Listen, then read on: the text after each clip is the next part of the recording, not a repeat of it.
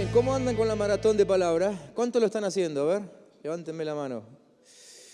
Muy bien. Levanto así porque cada semana le estamos entregando a todos una tarjetita como esta con algunos textos bíblicos que les sugerimos leer. Ya vamos por la 5ª semana, ¿sí? ¿Y a cuánto les está haciendo bien? Muy bien. ¿Y cuántos creen que le va a hacer mejor todavía? Para eso hay que seguir, ¿no es cierto? Así que vamos a seguir. Esta semana empezamos con algo particular porque empezamos con 25 días leyendo los pasajes más relevantes del Antiguo Testamento, ¿sí? Por ahí el Antiguo Testamento a veces es medio complicado de leerlo. A veces cuando tenemos historia está lindo, ¿no? Porque nos hacemos la película, está bueno. Pero hay cosas que por ahí no entendemos del Antiguo Testamento. Bueno, estamos tratando de ver los pasajes más importantes. No todos, porque obviamente leer la Biblia nos lleva bastante tiempo. Y imposible hacerlo en 25 días. Pero vamos a leer los pasajes más importantes del Antiguo Testamento, ¿sí? Y empezamos esta semana, estamos con Génesis a full, ¿no? Toda la semana de Génesis, ¿sí? La semana que viene empezamos con Éxodo, con Josué, con Jueces, No vamos a leer los libros completos, pero sí las historias más importantes.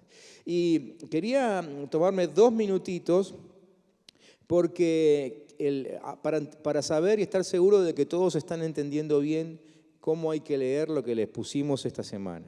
Porque por ahí hay muchos números y se confunden, ¿no es cierto? ¿Tienen su tarjetita por ahí a mano? Por ejemplo, bueno, el lunes tuvieron que leer Génesis del 1 al 3. Ahí era fácil entender, ¿sí? Porque había un guión en el medio, ¿sí? Pero el martes me parece que a algunos se les complicó, ¿sí? Entonces, ustedes ven ahí que dice Génesis 6 y después hay 2 puntitos. El 6 es el número del capítulo, ¿sí? Y lo que viene después de los 2 puntitos es el número del versículo, ¿sí?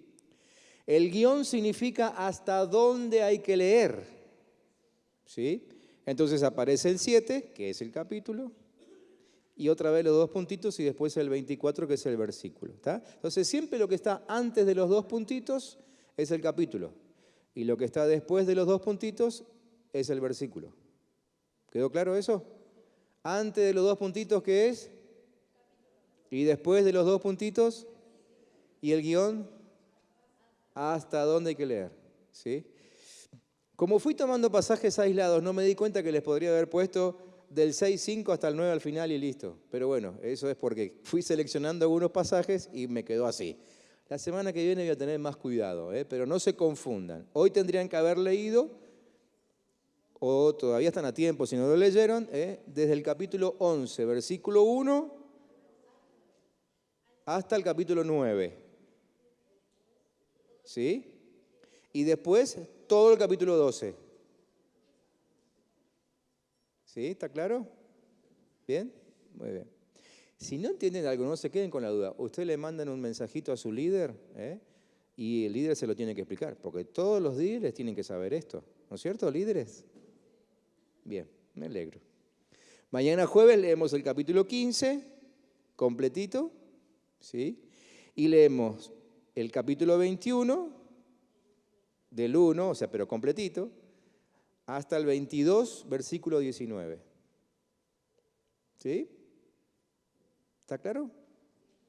Bueno, si alguno no entiende, después de la reunión viene y me pregunta. ¿Sí? El viernes leemos Génesis capítulo 27 y el capítulo 28, enterito.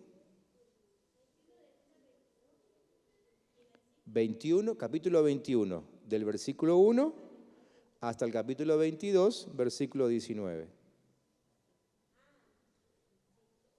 ¿Sí? Es cuestión de pensar más lento, nada más.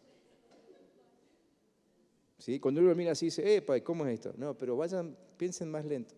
Acuérdense siempre, antes de los 2 puntitos, capítulo. Después de los 2 puntitos, versículo. ¿Sí?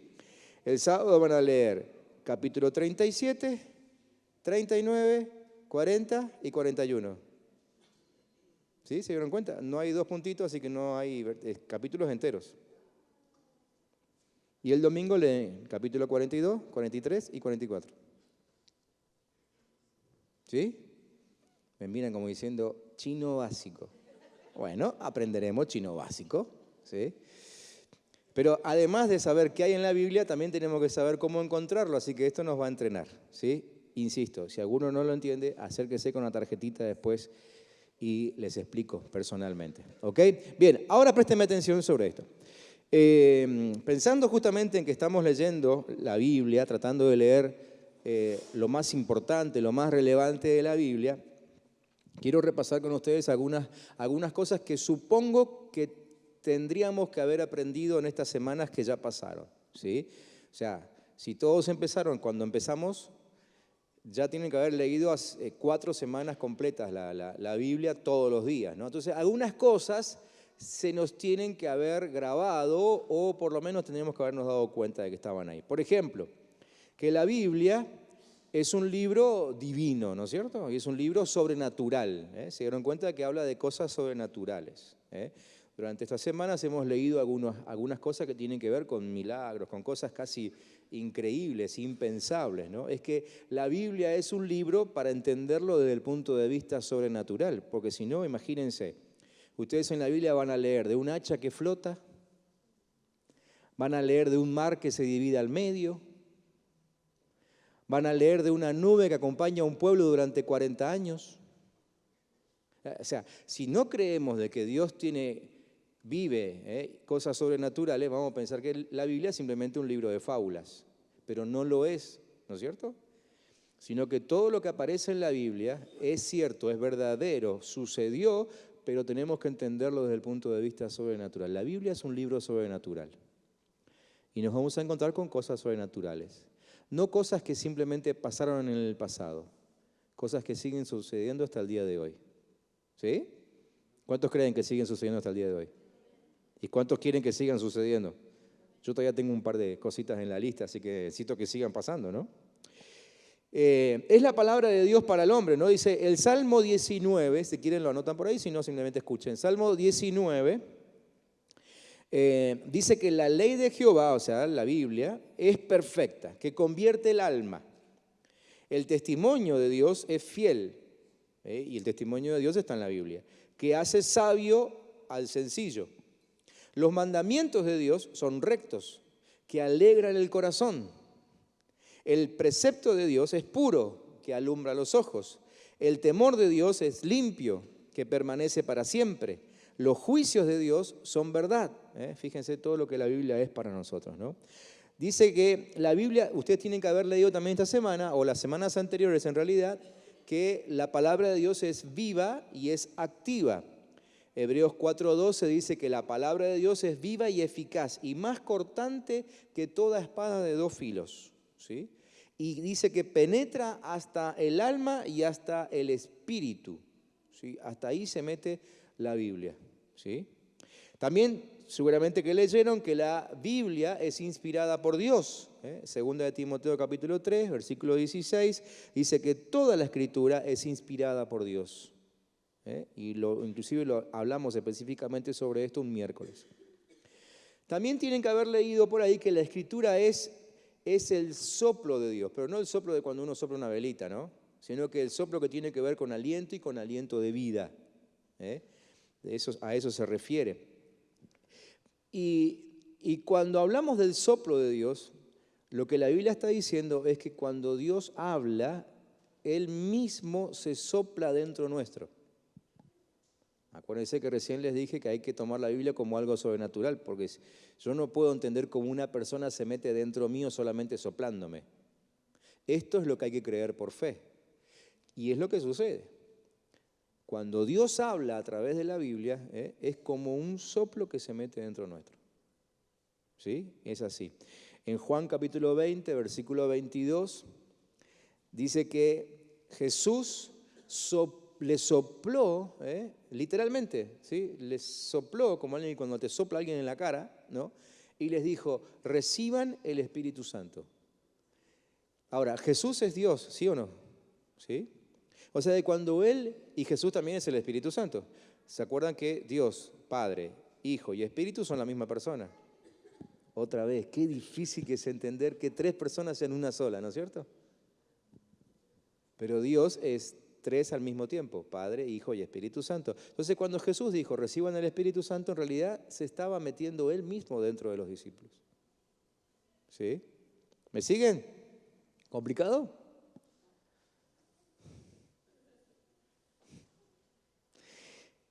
Otra cosa que hemos leído estos días es que las palabras de Dios a través de la Biblia no son solamente sonidos, sino que también es espíritu y vida que se mete dentro nuestro. Jesús dijo, el espíritu es el que da vida. La carne para nada aprovecha. Dice, las palabras que yo les hablé son espíritu y son vida. Las palabras que yo les hablé son espíritu y son vida. Espíritu es el propio Dios que se mete dentro nuestro. Y vida es Cristo mismo, porque Cristo dijo, yo soy la vida, ¿no? El camino, la vida, la verdad, ¿ok? Entonces, cuando Él dijo que las palabras son espíritu y vida, está diciendo, Dios mismo y yo mismo nos estamos metiendo dentro de ustedes cada vez que ustedes escuchan la Biblia. ¿Sí? Por eso es tan importante esto que estamos haciendo de la maratón de palabra, ¿no?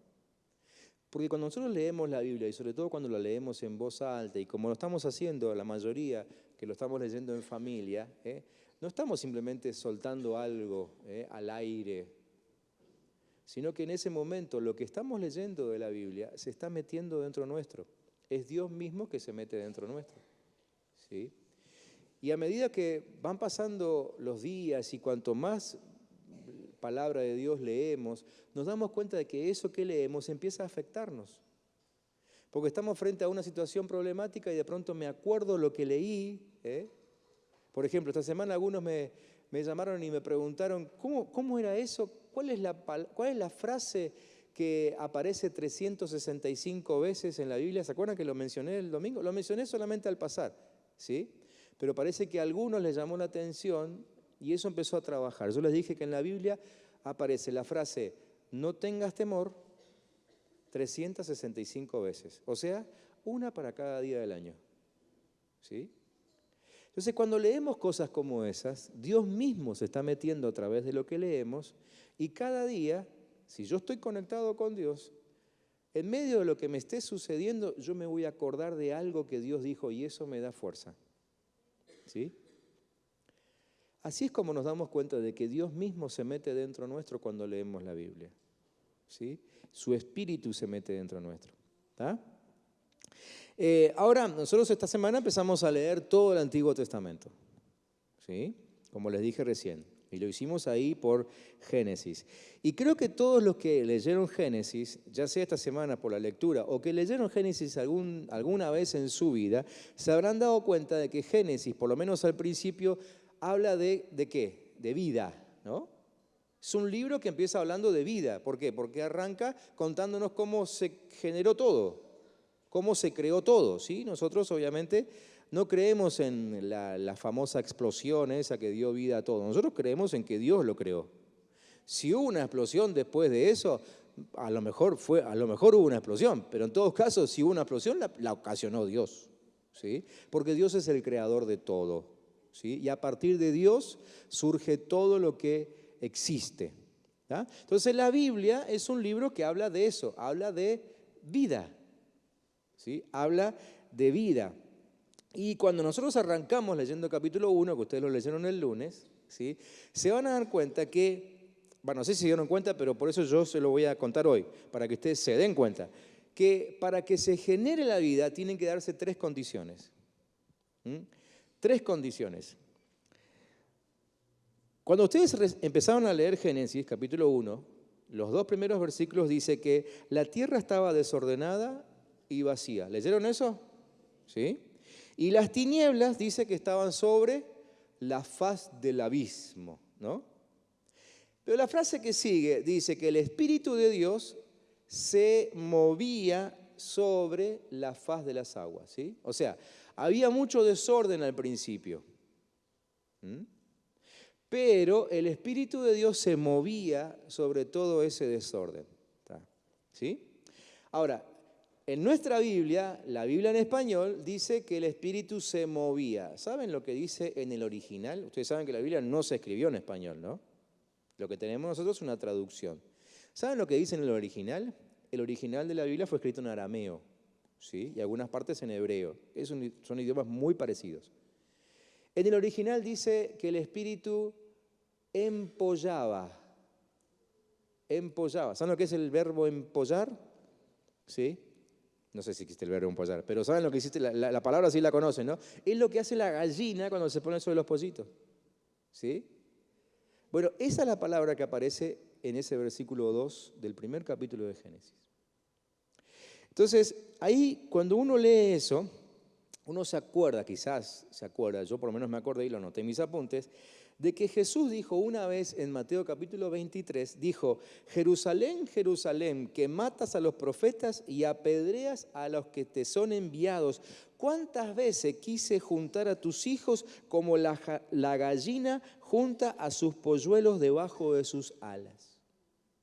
O sea, el acto de empollar no es algo, digamos, desconocido en la Biblia. En realidad lo que Dios quiere hacer con nosotros es así, cubrirnos como la gallina cubre a los pollitos. Entonces, la primera condición necesaria para que se genere vida es que el Espíritu Santo nos cubra como una gallina cubre a los pollitos. Lo primero que tengo que dejar yo que suceda, si yo quiero tener vida, es que el Espíritu Santo me cubra. Si yo me resisto a lo que Dios quiere hacer, imagínense ustedes ahora, a ver, ustedes que son muy imaginativos, un pollito rebelde, ¿sí? Que le dice a la mamá gallina, no, salí de acá, no me cubras, ¿sí? Y el pollito decide irse debajo de las plumas de la madre gallina. Imagínense que ese pollito está a merced de cualquier enemigo, ¿no? A merced del clima, porque quizá lo más importante que hace la gallina cuando cubre los pollitos es darle abrigo, darle calor, ¿no es cierto? Y obviamente protegerla también. Así estamos nosotros cuando nos resistimos a que Dios nos cubra. Entonces la Biblia, que es un libro que habla de vida, nos dice, en primer lugar, lo primero que tiene que suceder para que yo genere vida en mí es dejarme cubrir por Dios, por su Espíritu, ¿sí? Yo tengo que decir, sí, la verdad, yo necesito estar debajo de la cobertura de Dios, debajo del Espíritu Santo. ¿Está bien? ¿Se entendió eso? ¿Sí? La segunda condición para generar vida es la palabra de Dios, ¿sí? Ustedes vean que ni bien se relata esto del desorden y del espíritu que estaba ahí arriba de todo de lo que hasta ese momento había sido creado, inmediatamente lo que empieza a suceder es que Dios empieza a hablar, ¿sí? ¿Y qué es lo primero que Dios dice? Que sea la luz. Muy bien. Entonces, la segunda condición para que haya vida es que Dios hable. Que Dios hable. Si yo no recibo una palabra de Dios, mi vida sigue sin sentido, muerta. Para que yo pueda encontrarme con la vida, necesito escuchar una palabra de Dios. ¿Sí? Cuando Dios habla, siempre genera vida. Cuando Dios te habla, siempre va a generar vida en vos. Es interesante que hasta el día de hoy los científicos todavía no saben dónde existe la vida, en qué lugar. Siguen estudiando, ¿no? Pero, por ejemplo, han hecho miles de experimentos, como uno que les puedo contar, con semillas, ¿no? Y han tomado la semilla de cualquier cosa y la cortan en pedacitos. Y cualquier pedacito que siembren, todo genera algo. Entonces, ¿en cuál pedacito de la semilla está la vida? Los científicos no lo saben. Y yo creo que no lo van a encontrar nunca si siguen buscando en la semilla. ¿Por qué? Porque la vida está en la palabra. ¿Sí? Si Dios no habla, ¿por qué una semilla crece? Porque Dios le dio una orden de crecer. Por eso puedes plantar cualquier parte de la semilla y siempre va a salir algo. Porque cualquier parte de la semilla tiene una orden de parte de Dios. ¿Sí? Eso es lo que dice la Biblia. Entonces Dios dijo, sea la luz y fue la luz. Sea el mar y fue el mar. Y sean los animales y fueron los animales. Y sea el hombre y sea la mujer y fueron el hombre y la mujer. Es decir, Dios crea todo a partir de su palabra. Entonces la luz, la palabra de Dios vino para eso, para introducir vida. Por eso siempre decimos aquí en esta iglesia, por lo menos, que hablar no es un acto de menor importancia. ¿Sí? Porque Dios nos hizo a su imagen y semejanza. Entonces, si Él crea a partir de una palabra, nosotros también. Lo que yo digo genera vida o genera muerte. Si yo estoy todo el tiempo diciendo, echando pálidas por mi boca, yo me fabrico un ambiente contaminado y así vivo, ¿no? Ahora, ustedes ven gente, o escuchan, conocen gente que siempre está tirando buena onda. Esa gente vive feliz, ¿no es cierto? Siempre vive como un ambiente diferente, ¿no? Tenés en una oficina 17 empleados, ¿no? Uno más mufa que el otro, pero hay uno que siempre tiene buena onda y parece que todo le va bien. ¿Por qué? Porque siempre está soltando palabra buena, ¿sí? Y no hace falta que sea cristiano para esto, es decir, es una ley que Dios determinó para aquel que suelta palabras de vida, va a vivir en un ambiente de vida, pero el que suelta palabras de muerte va a vivir en un ambiente de muerte, de enfermedad, de dolor, de miseria, de lo que sea. Por eso es tan importante que nosotros cambiemos nuestra forma de hablar. ¿Sí? Entonces, la segunda condición para que haya vida es palabra. ¿Ok? La primera condición era... No, la primera. Que Dios nos cubra. ¿Sí? O sea, meternos debajo del refugio de Dios. Eso significa reconocer que necesitamos de Dios. La segunda condición era que Dios nos hable. Vamos a la tercera. La tercera condición para generar vida es luz. Porque antes de que Dios empiece a crear cualquier cosa que tuviese vida, hizo la luz. Porque la luz le permitió separar todo lo creado de las tinieblas, de lo oscuro, de lo malo, de lo pecaminoso. ¿Sí? Entonces la tercera condición fue la luz. Y vio Dios que la luz era buena, dice el versículo 3, ¿no? La luz vino justamente para eso, para disipar las tinieblas en el mundo, pero también en nuestra vida. Por eso Jesús, cuando llega aquí a la tierra, dice, yo soy la luz, ¿no? Él vino para alumbrarnos, ¿sí? ¿Me siguen? Entonces, estas tres condiciones, que Dios nos cubra, que Dios nos hable y que Dios traiga luz, estas son las tres condiciones para generar vida. ¿Quedó claro eso? Repetimos, la primera era cubrirnos. La segunda, la palabra. Tercero, la luz. ¿Por qué se lo hago repetir? Porque la mayoría de ustedes, o quizá todos, van a decir, bueno, pero yo ya me encontré con Cristo Jesús, yo ya tengo vida. Perfecto, lo felicito. El tema es que cada tanto nos encontramos con algún área de nuestra vida que uno dice, y acá la estoy pifiando. Reconozco que en este área no estoy haciendo lo que Dios quisiera que yo haga. ¿Sí? Entonces, cuando en nuestra vida hay áreas en las que no hacemos lo que Dios quiere, esas son áreas ¿de qué? ¿De muerte o de vida? De muerte. O sea que esa es un área de mi vida en la que yo necesito que se genere la vida. ¿Cómo hago para que se genere vida en ese área particular de mi vida? Pongo ese área debajo de la cobertura de Dios, pido palabra de Dios para ese área de mi vida y permito que la luz de Dios se meta en ese área de mi vida. ¿Sí? Hagamos un ejercicio donde nadie creo va a poder ni creo que vaya a querer hablar, pero piensen en ese área de su vida que a ustedes les trae problemas. ¿Sí? Ese área que a ustedes les trae problemas, que no les gusta, que les hace enojar, ¿sí? Es un área que necesita vida, ¿sí? Ahora piensen, ¿qué pasaría si ese área ustedes lo ponen debajo de la cobertura de Dios, le piden a Dios que le dé una palabra específica y permiten que Dios alumbre ahí? La consecuencia lógica va a ser que ese área va a empezar a generar vida. ¿Lo entendieron? ¿Sí? ¿Qué tal si lo hacemos ahora mismo. Y para no molestar, ni avergonzar, ni ofender a nadie, le voy a pedir a todos que cierren los ojos, ¿sí? Todos con los ojos cerrados. Y les pregunto así, con los ojos cerrados, ¿cuántos de ustedes reconocen que hay áreas en su vida que tienen más olor a muerte y a miseria que a vida?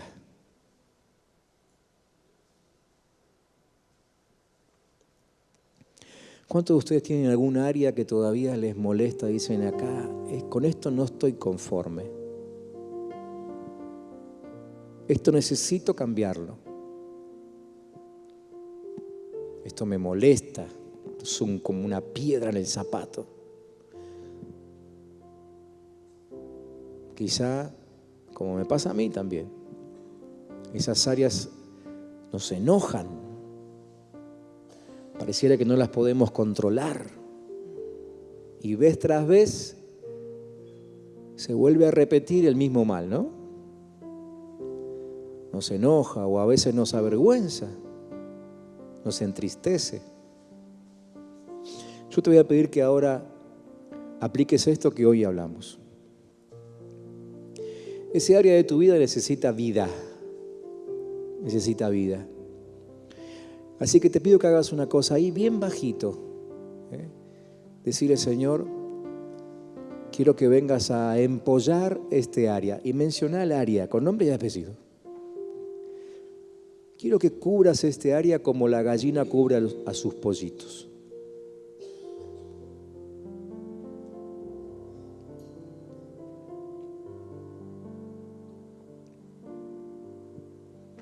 Acordate, cuando le pedís a Dios que te cubra, es porque estás reconociendo que necesitas ayuda. Todo empieza por ahí. Reconocer que necesito ayuda. Así que decirle, Dios, necesito que me cubras en este área.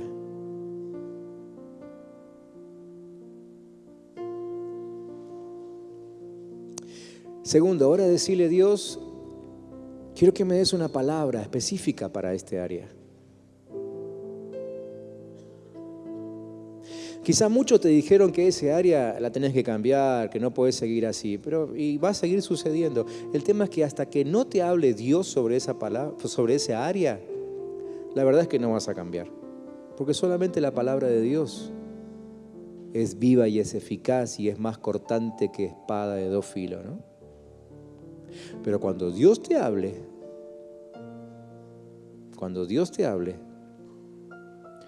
entonces ese área realmente va a ser afectada. Así que decirle, Dios, dame una palabra específica que me saque de este pozo, que le dé vida a este área de mi vida. Dame una palabra que me sane, que me libere. Dame una palabra. Acordate siempre que la vida se genera a partir de una palabra, de Dios.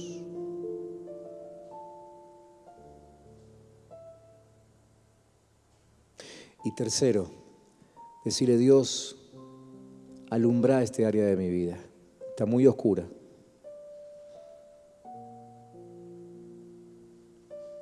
Acá hay oscuridad. Quiero que alumbres, quiero que tu luz entre a este área de mi vida. Quiero que se exponga delante tuyo todo lo malo que hay en mí, que quede descubierto. Aún lo que no sé que tengo, pero que eso también se vea por la luz de Dios en mí, para que pueda hacer una limpieza a fondo. Viste que cuando tenés que limpiar tu habitación, siempre conviene abrir las cortinas, prender todas las luces que tengas, ¿no? Si querés limpiar en medio de la oscuridad y siempre te va a quedar algo sucio, pero cuando hay luz ves bien la mugre, ¿no? Decirle, Dios, quiero que alumbres este área de mi vida.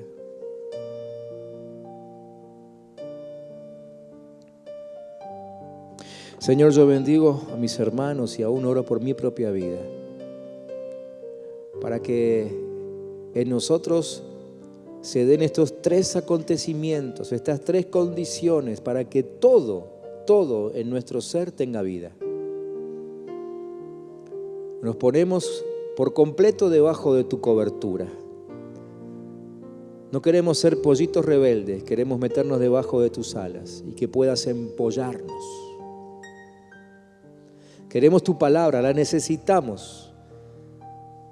Recibimos muchos consejos a lo largo de nuestra vida, pero no dieron resultado. Necesitamos una palabra de Dios, porque sabemos que esa es la que da vida. Y queremos que tu luz nos alumbre. Como decía el salmista, que tu palabra sea como esa luz que alumbra nuestro camino, para que podamos salir de esa situación que nos avergüenza, que nos enoja, que nos entristece. Que venga tu luz sobre nosotros para encontrar el camino de salida y seamos verdaderamente libres y podamos gozar de vida completa en todo nuestro ser. Que mientras seguimos leyendo tu palabra cada día, en casa, donde estemos, tu palabra siga haciendo este efecto, el efecto de traernos vida. Creemos que la Biblia es un libro de vida. Lo queremos que se meta esa vida dentro nuestro. Señor, oramos en el nombre de Cristo Jesús.